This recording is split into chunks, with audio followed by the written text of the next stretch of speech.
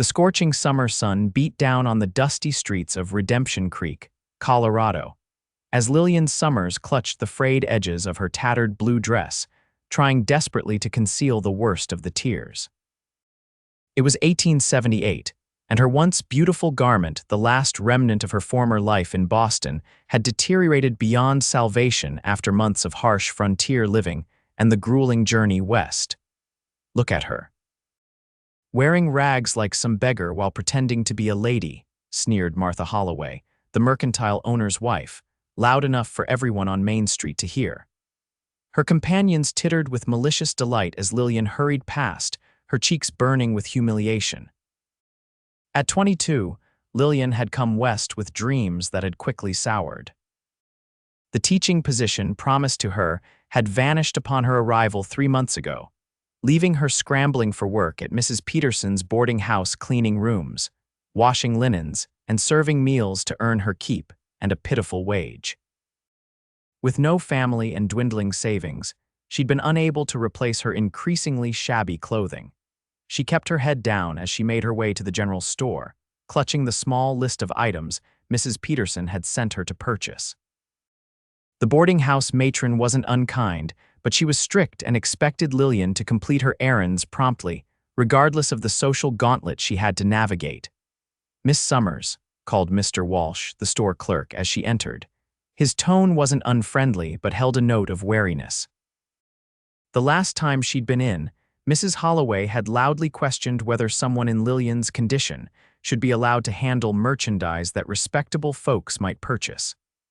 "Good afternoon, Mr. Walsh," Lillian said politely, handing him the list. "Mrs. Peterson requires these items for tonight's dinner service." As the clerk began gathering the supplies, the bell above the door jingled, and the atmosphere in the store instantly changed. Several patrons straightened their posture, and Mr. Walsh's demeanor brightened considerably. "Mr. Blake, good to see you, sir. What can I help you with today?" Lillian kept her gaze fixed on the counter, but she could feel the newcomer's presence tall and solid as he moved through the store. She'd heard of Ross Blake, of course. Everyone in Redemption Creek knew of the owner of the Silver Spear Ranch, one of the largest cattle operations in the territory. Despite his wealth and standing, he reportedly lacked the arrogance common to many successful men in these parts. "Afternoon, Walsh. Just need some supplies before heading back to the ranch," came a deep voice with a gentle drawl. Lillian risked a glance and immediately wished she hadn't. Ross Blake stood barely 10 feet away, his broad shoulders filling out a clean blue shirt beneath a leather vest. His dark hair was trimmed neatly beneath his Stetson, and his tanned face was handsome without being pretty, with intelligent eyes and a strong jawline partially covered by a short, well-kept beard. He caught her looking and nodded politely. Mortified at being caught staring and acutely aware of her shabby appearance, Lillian quickly averted her gaze. She heard whispers from 2 women by the fabric section. "Poor thing looks like she dressed in a flour sack," one murmured. "What else would you expect from an Eastern girl who couldn't hack it back home?" replied the other. "Probably running from some scandal." Lillian's fingers tightened around her reticule, knuckles whitening. She had come west after her parents' deaths from influenza, hoping to rebuild her life through the teaching position arranged by her father's former colleague.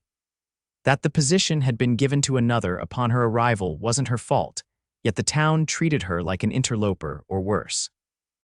Mr. Walsh returned with her items, totaling the cost. "That'll be 75 cents, Miss Summers." Lillian carefully counted out the coins Mrs. Peterson had given her, aware of the scrutiny of other customers. As she finished her transaction, the heel of her worn boot caught on a loose floorboard. She stumbled forward, and to her horror, heard a distinct ripping sound as the side seam of her dress tore further, exposing her underskirt. Gasps and poorly suppressed laughter erupted around her. Tears stung her eyes as she frantically tried to hold the fabric together. "Well, I declare," announced Mrs. Holloway, who had just entered the store. "It seems Miss Summers is finally falling to pieces before our very eyes." The woman's companions laughed outright, and Lillian, gathering her parcels with trembling hands, moved to flee the store. But as she turned, she collided with a solid-chest Ross Blake stood in her path, his expression unreadable as he steadied her with a gentle hand on her arm. "Excuse me, sir," she mumbled, trying to step around him. Instead of moving aside, he turned toward the laughing women, his voice carrying easily throughout the now silent store. "Mrs. Holloway, I've known you since you arrived in this town 15 years ago. I recall you came with little more than the clothes on your back, and my mother offered you work when others wouldn't." The woman's face flushed an ugly red. "That was different, Mr. Blake. I never pretended. I don't recall Miss Summers pretending anything," he interrupted smoothly. "What I see is a young woman working honestly at Mrs. Peterson's, who by all accounts does her job admirably." He turned to Mr. Walsh. "I'd like to see your finest dress fabric, Walsh. The blue silk that came in on last month's shipment from Denver, if you still have it." Walsh blinked in surprise. "Yes, sir, we have about 5 yards left. I'll take all of it, along with suitable trimmings, and direct me to your ready-made dresses as well." A stunned silence fell over the store. Lillian found her voice, though it came out as barely more than a whisper. "Mr. Blake, I cannot accept Miss Summers," he said quietly, for her ears alone. "Everyone deserves dignity. Please allow me this." Before she could protest further, he was following Walsh to the dress section, leaving Lillian rooted to the spot, aware of the shocked stares of everyone around her. 10 minutes later, Ross Blake returned with 2 wrapped packages. "Miss Summers, would you do me the honor of accepting these? The fabric is for a dressmaker to fashion something to your specifications, and the ready-made is for immediate use." Mrs. Holloway made a choking sound. "Mr. Blake, surely you don't intend to—" "I intend to assist a hard-working member of our community, Mrs. Holloway, something I learned from my parents." His tone, while polite, carried an edge that silenced further commentary. Lillian stared at the packages, her cheeks burning. "I cannot repay you, sir. I'm not asking for repayment." Something in his eyes softened as he looked at her. "I've seen you at church and at Mrs. Peterson's when I've taken meals there. You work harder than most, yet hold your head high. That deserves respect, not ridicule." Then, shocking everyone present, Lillian most of all, he added, "And if I may be so bold, Miss Summers, I think you'll look beautiful in blue. It matches your eyes." With that, he tipped his hat, paid for his own purchases, and departed, leaving a stunned silence in his wake.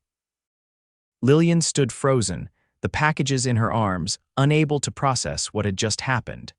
No one had shown her such kindness since her arrival in Redemption Creek, and no one not since her parents died had called her beautiful. The whispers started immediately as she left the store, but for once, Lillian didn't care.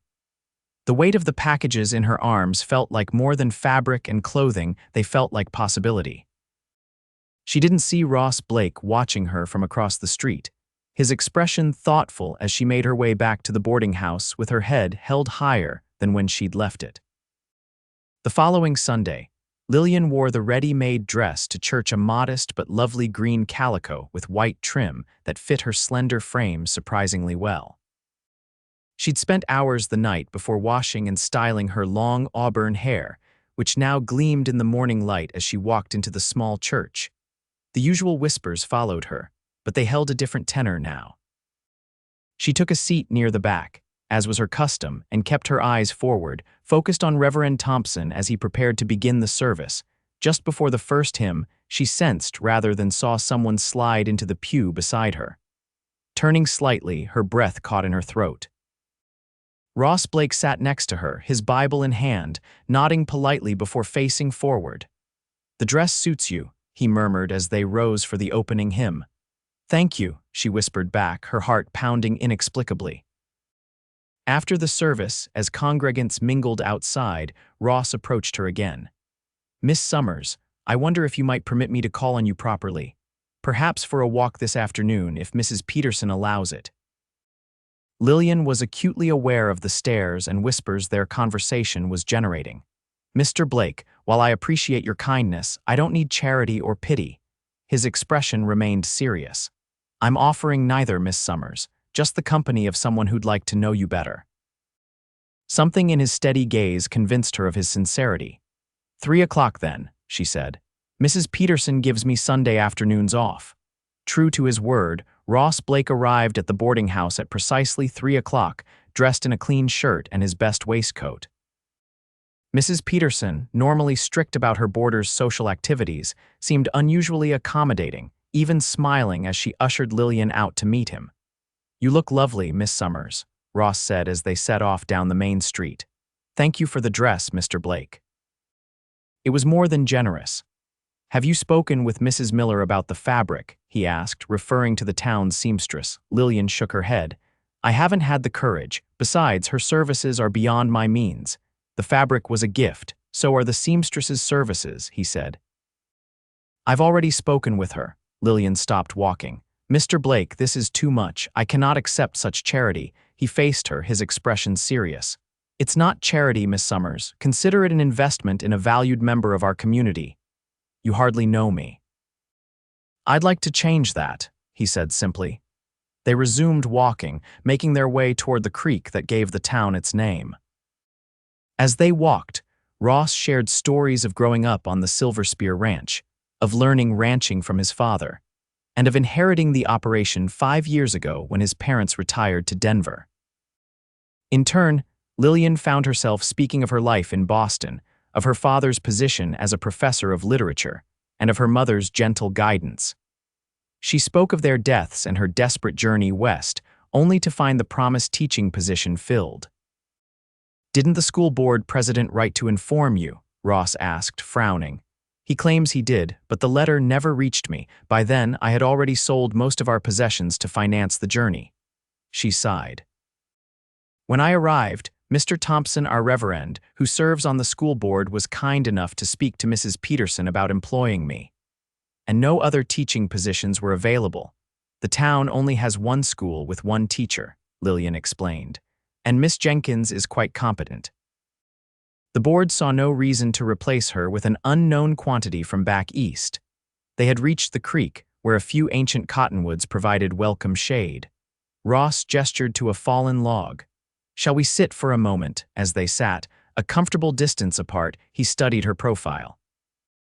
"You never considered returning east," Lillian laughed without humor. "With what money? The journey west nearly depleted my savings. What little I had left went to securing my room at Mrs. Peterson's for the first month." She glanced at him, then away. "Besides, there was nothing to return to. Our house was sold, my parents' possessions dispersed. I had no other family. So you stayed and made the best of it," he said, admiration clear in his voice. "I did what anyone would do," she corrected. "I survived. Not everyone would have shown your determination or your dignity." His voice had softened. "I admire that greatly." Lillian felt heat rise to her cheeks that had nothing to do with the warm afternoon. "Mr. Blake, Ross, please, at least when we're not in town." "Ross," she amended, the name feeling strangely intimate on her tongue. "Why did you intervene that day in the store? Surely you know it's made you the subject of gossip," he chuckled. "Miss Summers, Lillian," she offered, feeling bold. "Lillian," he repeated, and the way he said her name sent an unexpected shiver through her. "I've been the subject of gossip since I took over the ranch. The unmarried, reasonably wealthy rancher is always fodder for speculation. This is simply a new chapter." "You didn't answer my question." He was silent for a moment, watching the creek's flowing water. "My mother taught me to recognize strength of character. You reminded me of her not in appearance, but in spirit. The way you held your head high despite everything." He paused. "And I couldn't stand watching good people treat you poorly for circumstances beyond your control." The sincerity in his voice touched something in Lillian that had been dormant since her parents' deaths, a sense of being truly seen. "Thank you," she said softly. They sat in companionable silence, watching the creek bubble over rocks. Eventually, Ross cleared his throat. "I have a proposition for you, Lillian, one I hope you'll consider seriously." She tensed slightly. "A proposition, not that kind," he assured her quickly, his ears reddening. "The Silver Spear employs several families. Some have children of school age, but the town is too far for daily travel. We've been considering hiring a teacher for the ranch." Lillian's heart quickened. "A teaching position? Yes, room and board provided, plus a monthly salary. There are currently 8 children between 6 and 13. He looked at her. "Would you be interested?" She stared at him, afraid to hope. "Are you offering this position because you truly need a teacher or because you feel sorry for me?" "Both," he admitted honestly. We do need a teacher have for some time, but I might not have thought of you specifically if I hadn't witnessed your situation. That doesn't make the need less real or you less qualified. Lillian considered his words. What would Mrs. Peterson say? She relies on me. I've already spoken with her, Ross confessed. She said she'd hate to lose you but wouldn't stand in the way of your happiness. You spoke to her before speaking to me. Lillian wasn't sure whether to be offended or touched. I wanted to be certain I wasn't making an impossible offer before getting your hopes up, he explained. If you accept, you could start in 2 weeks, giving Mrs. Peterson time to find a replacement. Lillian's mind raced with possibilities. Teaching had been her dream, her purpose in coming west, and yet, would people not think it improper? An unmarried woman living at your ranch, you wouldn't be living in my house, Ross clarified. There's a small cottage near the family's quarters. And Mrs. Adler, our cook, serves as something of a surrogate mother to everyone on the ranch. Your reputation would be quite safe. The proposal was more than she could have hoped for. May I think about it, of course, he said, standing and offering his hand to help her up. Take a few days. But I hope you'll say yes. As they walked back toward town, Ross added, regardless of your decision about the position, I'd like to continue calling on you if you're amenable. Lillian glanced at him, surprised. You would? Very much so, he said, his eyes meeting hers with undisguised interest. For the first time in months, Lillian felt a flutter of something like hope in her chest. 3 days later, after much contemplation and a heartfelt conversation with Mrs. Peterson, Lillian accepted Ross's offer. The following Sunday, she wore her new blue silk dress to church, the one Mrs. Miller had finished with remarkable speed, and announced her upcoming departure to those who inquired. The reactions were mixed. Some seemed genuinely pleased for her, while others, Mrs. Holloway chief among them, made thinly veiled insinuations about her character and Ross's intentions. Pay them no mind, Mrs. Peterson advised as they walked home from church. They're just jealous. Ross Blake is the finest catch in the county, and he's clearly smitten with you. It's not like that, Lillian protested, though her cheeks warmed. He's being kind, and he needs a teacher. Mrs. Peterson gave her a knowing look.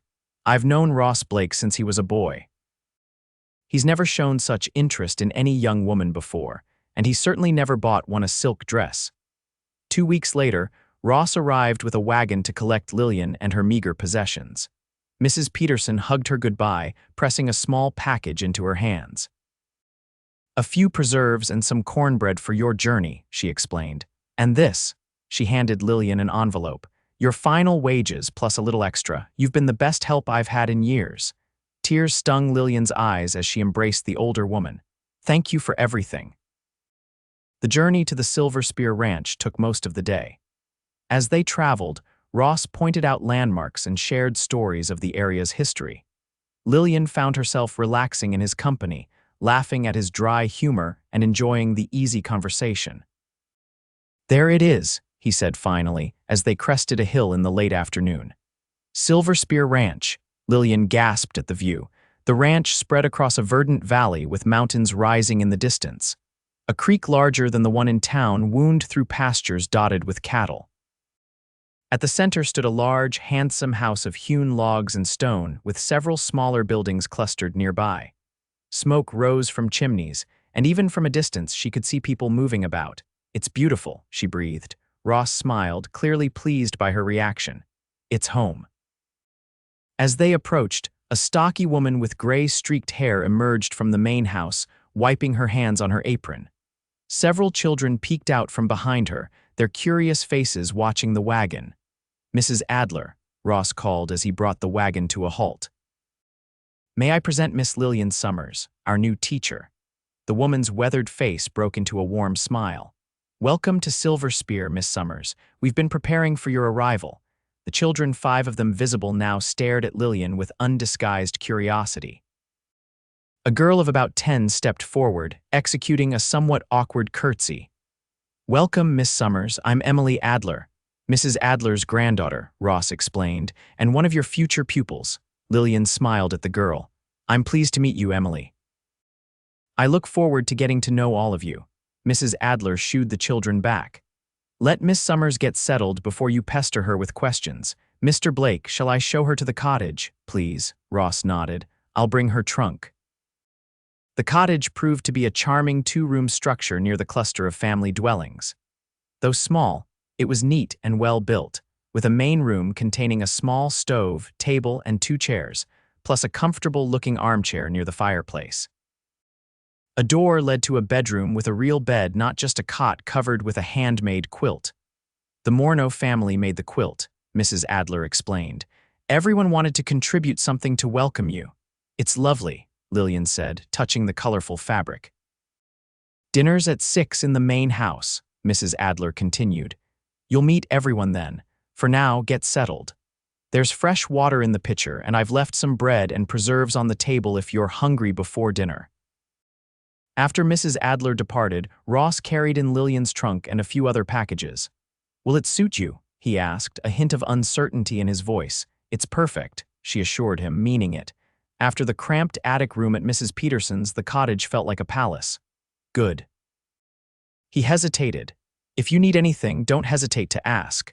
My house is the main building you saw when we arrived." "Thank you, Ross, for everything."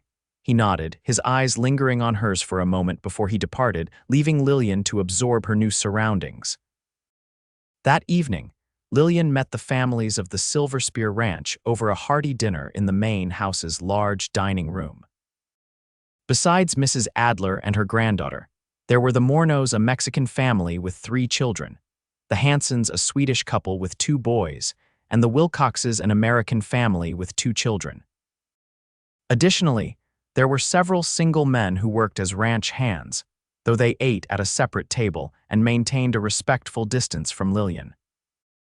Ross presided over the meal from the head of the table, occasionally catching Lillian's eye and offering an encouraging smile when conversation lagged.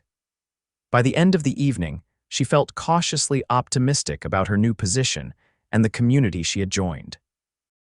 The following day, Mrs. Adler showed Lillian to the schoolhouse, a small but well-built structure situated between the family dwellings and the main house. Inside, she found a teacher's desk, several rows of benches for students, a blackboard, and a bookshelf containing a modest collection of textbooks and readers. "Mr. Blake ordered these from Denver when he decided to hire a teacher," Mrs. Adler explained, gesturing to the books. "Said every proper school needs proper materials." Lillian ran her fingers over the book's spines, recognizing many titles from her own education. "These are excellent. Please thank Mr. Blake for me." Mrs. Adler gave her an appraising look. "You can thank him yourself at dinner. He's quite invested in making this work, you know."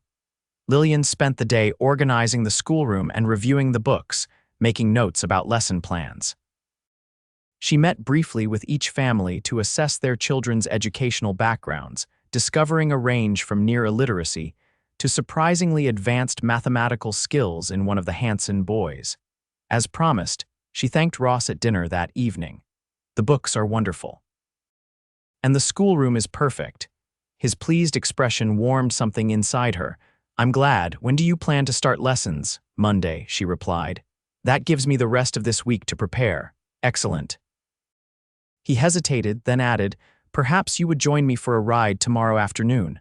I could show you more of the ranch." Lillian hesitated. "I'm not much of a horsewoman, I'm afraid." "Daisy is the gentlest mare we have," he assured her, "and we'll go slowly." Unable to resist the earnestness in his expression, Lillian agreed.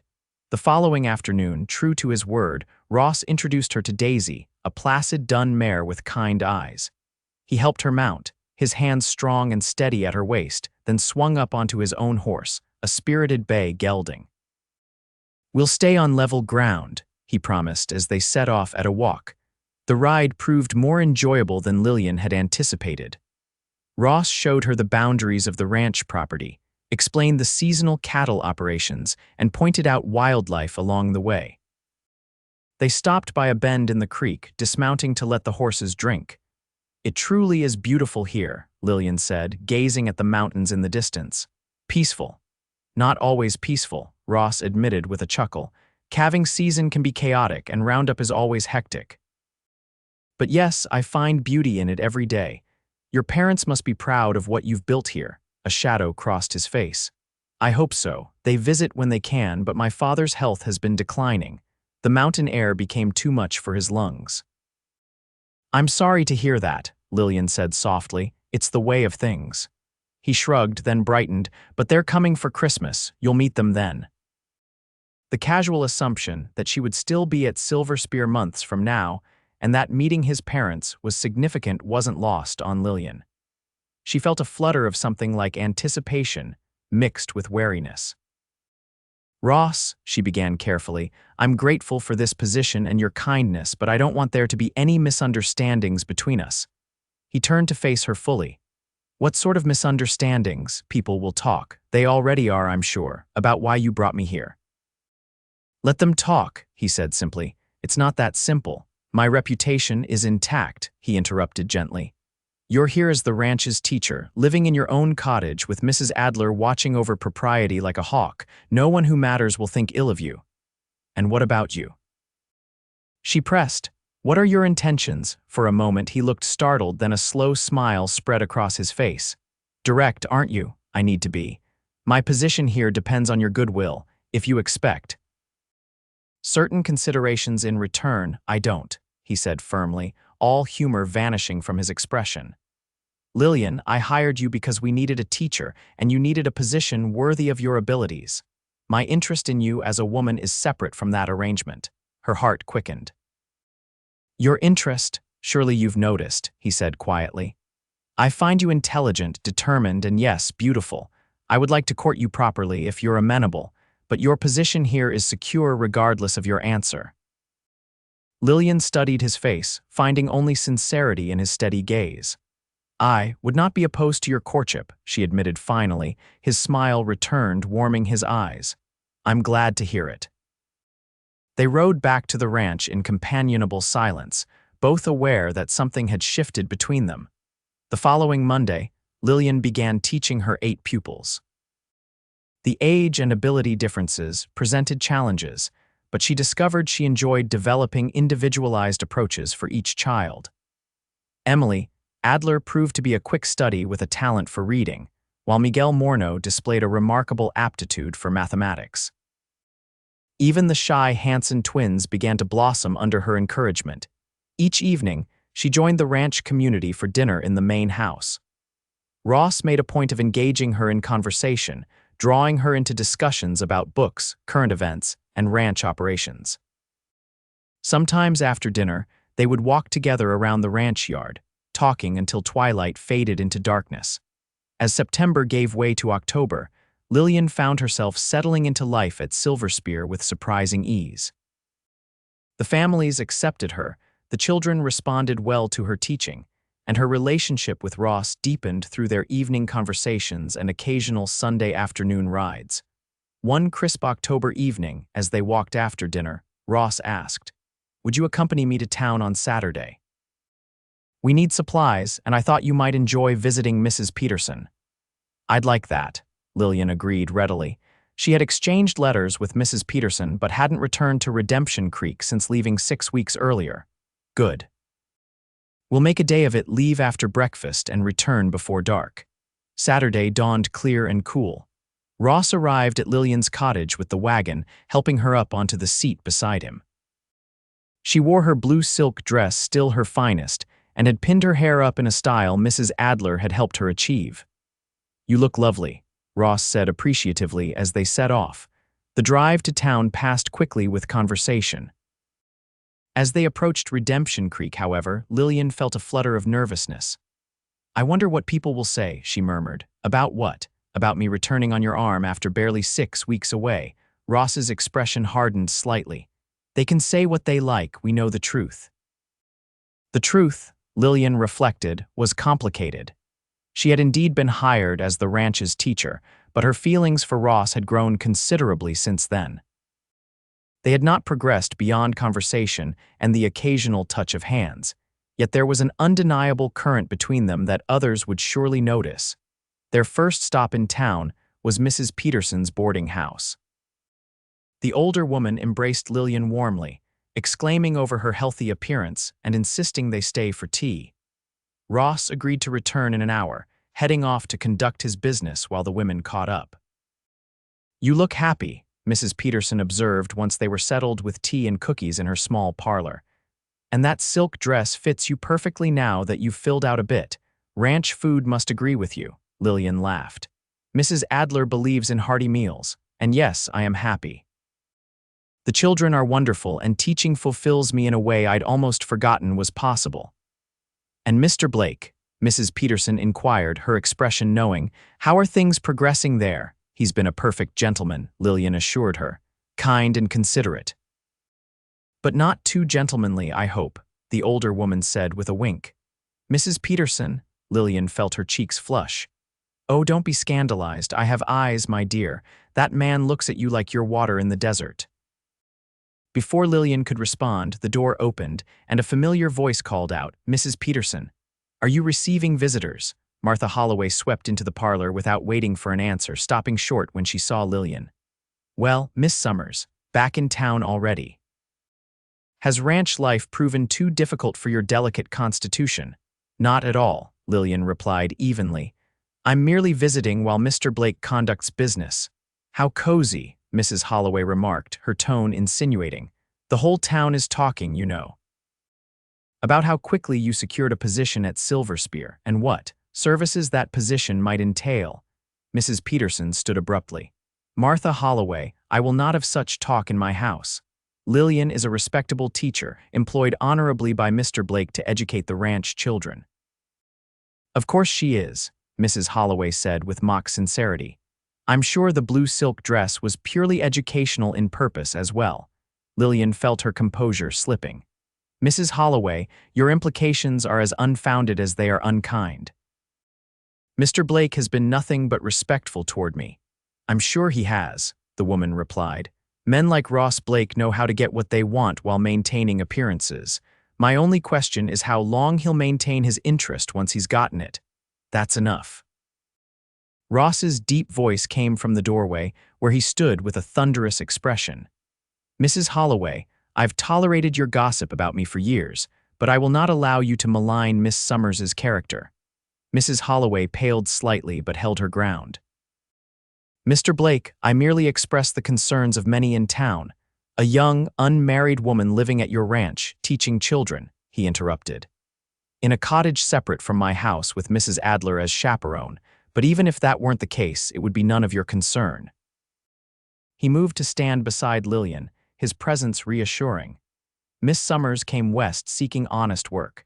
She found it at Silver Spear, where she is respected and valued for her skills.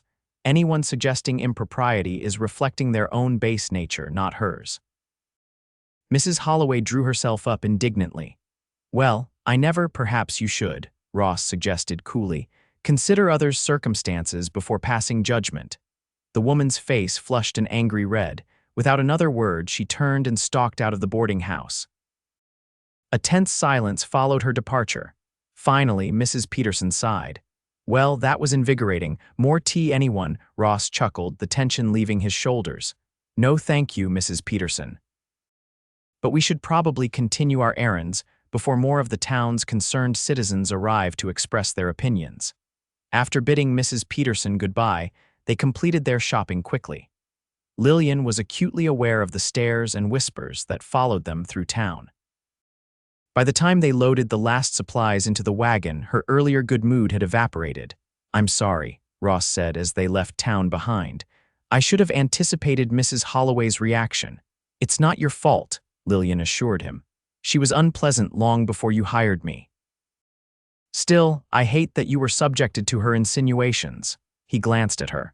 Does it bother you? What people think? Lillian considered the question seriously. It bothers me less than it once would have, she admitted. When I first arrived in Redemption Creek, their opinions seemed to matter so much.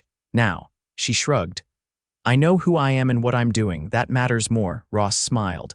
That's why I admire you, Lillian, your strength. They rode in comfortable silence for a while before he spoke again. There is one way to silence the gossips entirely, of course. What's that? We could marry. Lillian's head whipped toward him so quickly she nearly lost her hat. I beg your pardon. Ross kept his eyes on the road ahead, though she could see a flush creeping up his neck. It would solve the propriety issue, and, he hesitated. I find I've grown quite fond of you these past weeks. Fond, she repeated, her heart pounding. Now he did look at her, his expression earnest. More than fond, I think about you constantly. I look forward to our conversations, to seeing your smile each morning at breakfast. When I imagine my future at Silver Spear, I cannot picture it without you there. Ross, she breathed, stunned by his declaration. I know it's sudden, he continued quickly. And I'm not asking for an immediate answer, just, consider it please. Lillian stared at him, her mind whirling. Was this truly a proposal, born of genuine feeling, or merely a practical solution to gossip? I need time, she said finally. Of course. He nodded, turning his attention back to the road. Take all the time you need. The remainder of the journey passed in thoughtful silence, each lost in their own contemplations. That night, alone in her cottage, Lillian considered Ross's words. She couldn't deny her own growing feelings for him. His kindness, intelligence, and quiet strength had drawn her to him from the beginning. But marriage. So soon, she recalled her parents' marriage, a partnership of equals, built on mutual respect and deep affection. Could she and Ross build something similar? Or was he merely offering a convenient arrangement to protect her reputation? Sleep eluded her as she turned these questions over in her mind. The following day was Sunday, traditionally a day of rest at the ranch. Lillian attended the small service Ross conducted for those who couldn't travel to town for church, then retreated to her cottage, claiming a headache when invited to dinner at the main house. A soft knock at her door shortly after sunset startled her from her reverie. She opened it to find Ross standing there, a covered dish in his hands. Mrs. Adler sent dinner, he explained, since you weren't feeling well enough to join us. That was kind of her. Lillian accepted the dish, stepping back. Would you like to come in? He hesitated. Are you sure? I don't want to intrude if you're unwell. I'm fine. It's just been a lot to think about. Understanding dawned in his eyes. My proposal. Yes, he entered, standing somewhat awkwardly in the center of her small living area as she set the dish on the table. Ross, she began, then faltered, unsure how to express the tumult of her thoughts. If it helps, he said quietly, I didn't propose because of Mrs. Holloway or town gossip. I proposed because I'm falling in love with you, Lillian. The timing may seem hasty, but my feelings are genuine.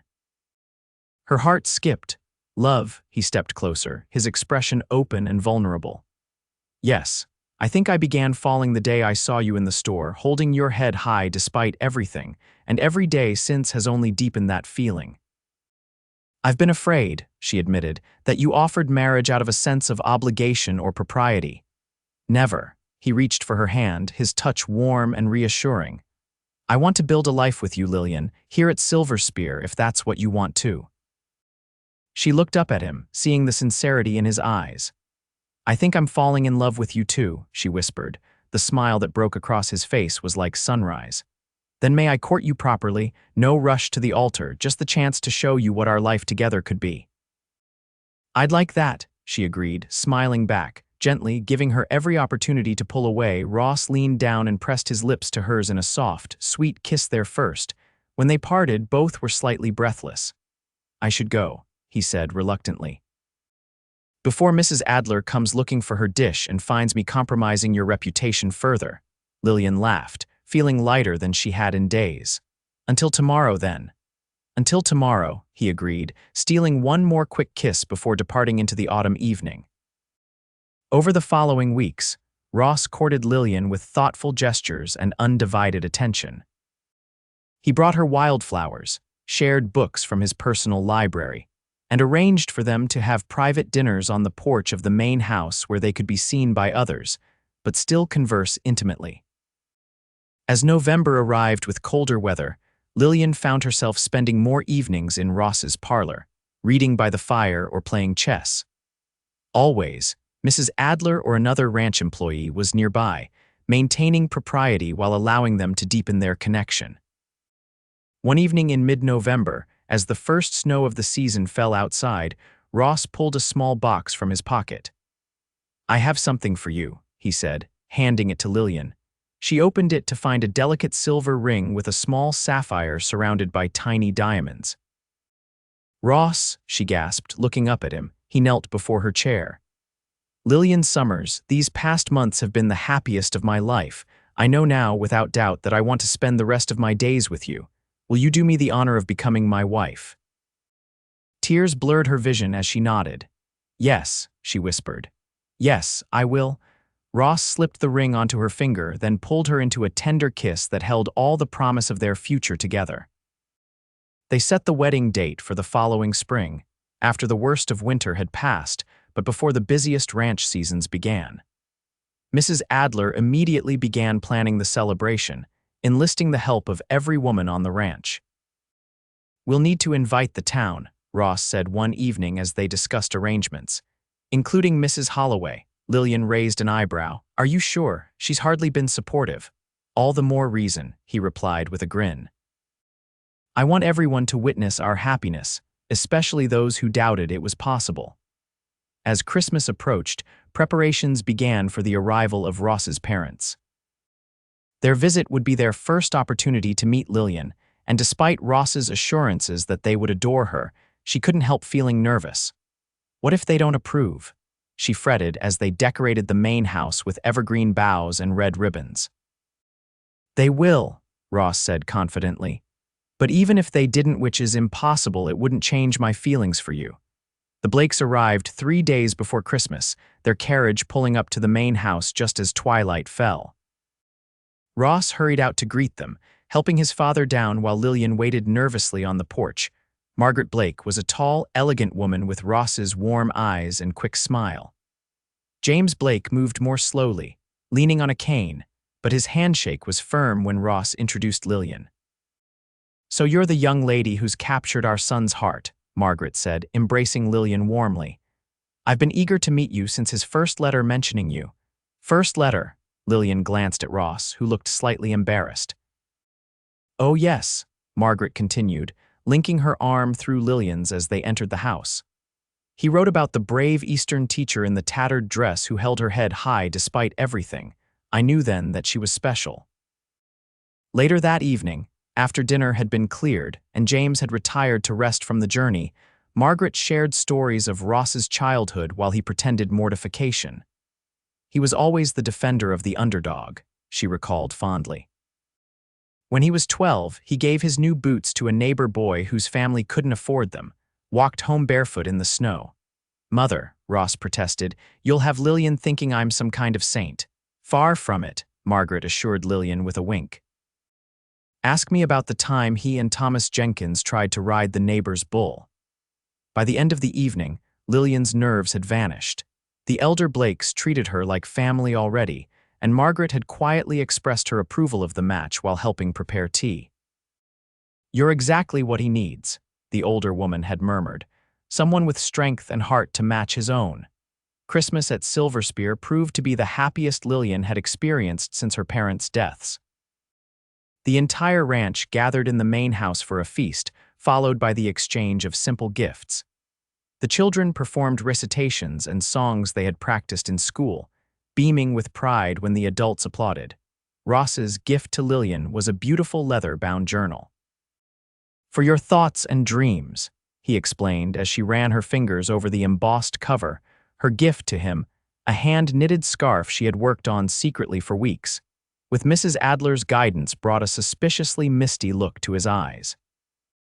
"It's perfect," he said, immediately wrapping it around his neck despite the warmth of the room.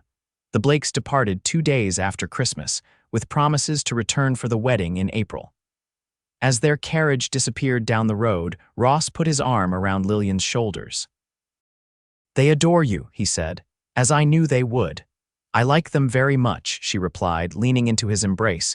"Your mother told me some interesting stories about you," he groaned. "I was afraid of that. Which ones?"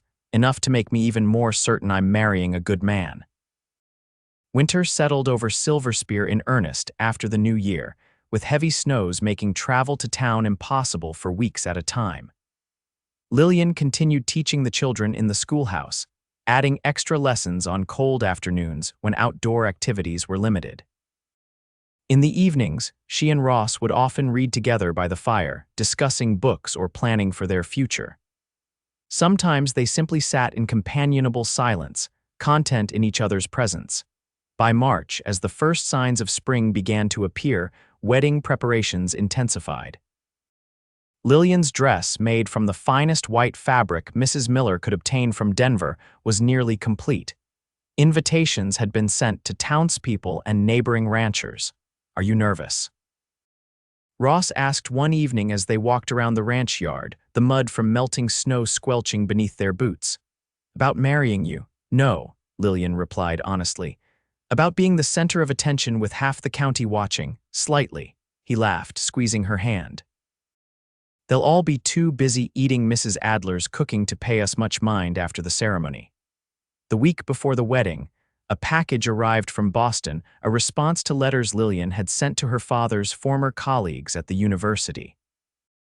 Inside was a beautiful lace veil that had belonged to her mother, saved by a kind family friend when the Summers household had been dispersed.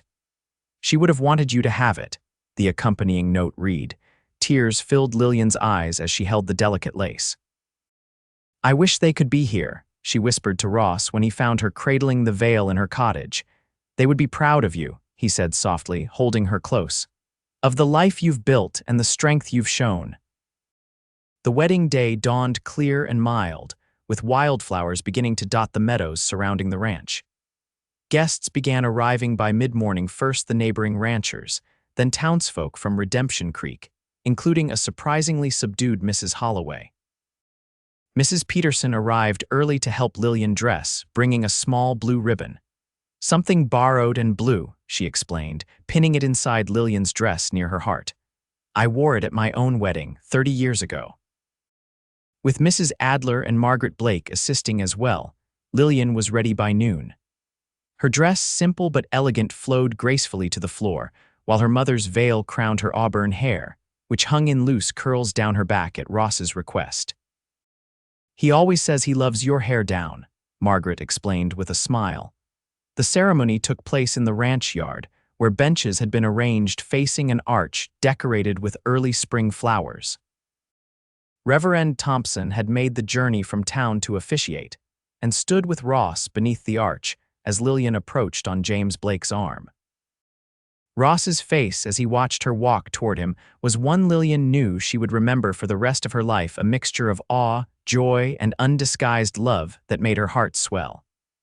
"You are so beautiful," he whispered when she reached him, his voice husky with emotion. The ceremony itself was brief but heartfelt. They exchanged simple vows and rings, Lillian's sapphire engagement ring now joined by a gold band that matched the one she placed on Ross's finger. "I now pronounce you husband and wife," Reverend Thompson declared. "You may kiss your bride." Ross's kiss was gentle but filled with promise, drawing applause and a few good-natured whoops from the ranch hands. The celebration that followed lasted well into the evening, with tables laden with food, music from several ranch hands who played fiddle and guitar, and dancing in the yard as lanterns were lit against the gathering dusk. Even Mrs. Holloway seemed to soften as the day progressed, approaching Lillian during a quiet moment. "Your dress is lovely," she said stiffly, "and the veil is exquisite." "Thank you, Mrs. Holloway," Lillian replied, deciding to accept the olive branch for what it was. The older woman hesitated, then added, "You've done well for yourself, better than many expected." Coming from Mrs. Holloway, it was practically a blessing. Lillian merely smiled and nodded her thanks before being whisked away by Ross for another dance. As twilight deepened into night, guests began to depart. The Blakes would stay on for another week, but most townsfolk faced a long journey home. Finally, only the ranch residents remained, clearing away the last of the celebration before retiring to their own quarters. Ross led Lillian toward the main house, now their shared home. They paused on the porch, looking out at the starlit ranch yard. "Happy?" he asked, his arm around her waist. "More than I ever thought possible," she admitted, leaning against him. "When I arrived in Redemption Creek last summer in my tattered dress with no prospects, I never imagined this." "I'm glad you came west," he said, turning her to face him. "Even with all the hardships you endured, if you hadn't, we might never have met." "Perhaps it was fate," she suggested with a smile. "Perhaps." He brushed a curl from her face. Or perhaps it was simply that I recognized something special the moment I saw you, the woman you truly were beneath the circumstances. And what was that? She asked softly. Beautiful, he replied, echoing the word he'd used that first day in the store. Not just in appearance, though you certainly are, beautiful in spirit, in determination, in the way you face the world. Lillian reached up to touch his face. I love you, Ross Blake. And I love you, Lillian Blake, he responded, the new name filling her with joy. Now and always. As he led her inside to begin their life together, Lillian couldn't help but marvel at the journey that had brought her here, from the humiliation of that day in the general store to the profound happiness of this moment. The tattered dress was long gone, replaced by not just new garments, but a new life filled with purpose, respect, and love. 1 year later, on a warm spring day much like their wedding day, Lillian sat on the porch of the main house, watching Ross approach from the corral. In her arms, their 2-month-old daughter, Margaret Rose, slept peacefully, her tiny hand curled around her mother's finger. My 2 favorite ladies, Ross said, climbing the steps to join them. He kissed Lillian, then gently stroked the baby's cheek. How was school today? Productive, Lillian replied. She still taught the ranch children, though she'd taken a brief respite after the birth. Emily is reading at nearly twice her grade level now. She has an excellent teacher, Ross said proudly, settling beside them on the porch swing. As they sat together, watching the daily activities of the ranch unfold before them, Lillian reflected on how completely her life had transformed. The painful memories of her arrival in the West, the loss, the struggle, the humiliation hadn't disappeared, but they had faded, overtaken by newer, happier memories created here at Silver Spear. What are you thinking about? Ross asked, noticing her thoughtful expression. How grateful I am, she replied honestly. For you, for this. She nodded toward their sleeping daughter. For everything that led me here, even the difficult parts. I'm the grateful one, he countered, his arm tightening around her shoulders. Every day I thank God for bringing you into my life, tattered dress and all. Lillian laughed softly, careful not to disturb the baby. That poor dress. It served its purpose, though. How so? It brought me to you, she said simply. And you saw beyond it to me. Ross's eyes, warm with love, met hers. I always will. As the sun began its descent toward the distant mountains, casting golden light across the ranch, Lillian Blake, once a desperate young woman in a tattered dress, now a beloved wife, mother, and teacher, leaned against her husband's shoulder, perfectly content in the knowledge that she had found not just a new dress, but a new life worthy of her dreams.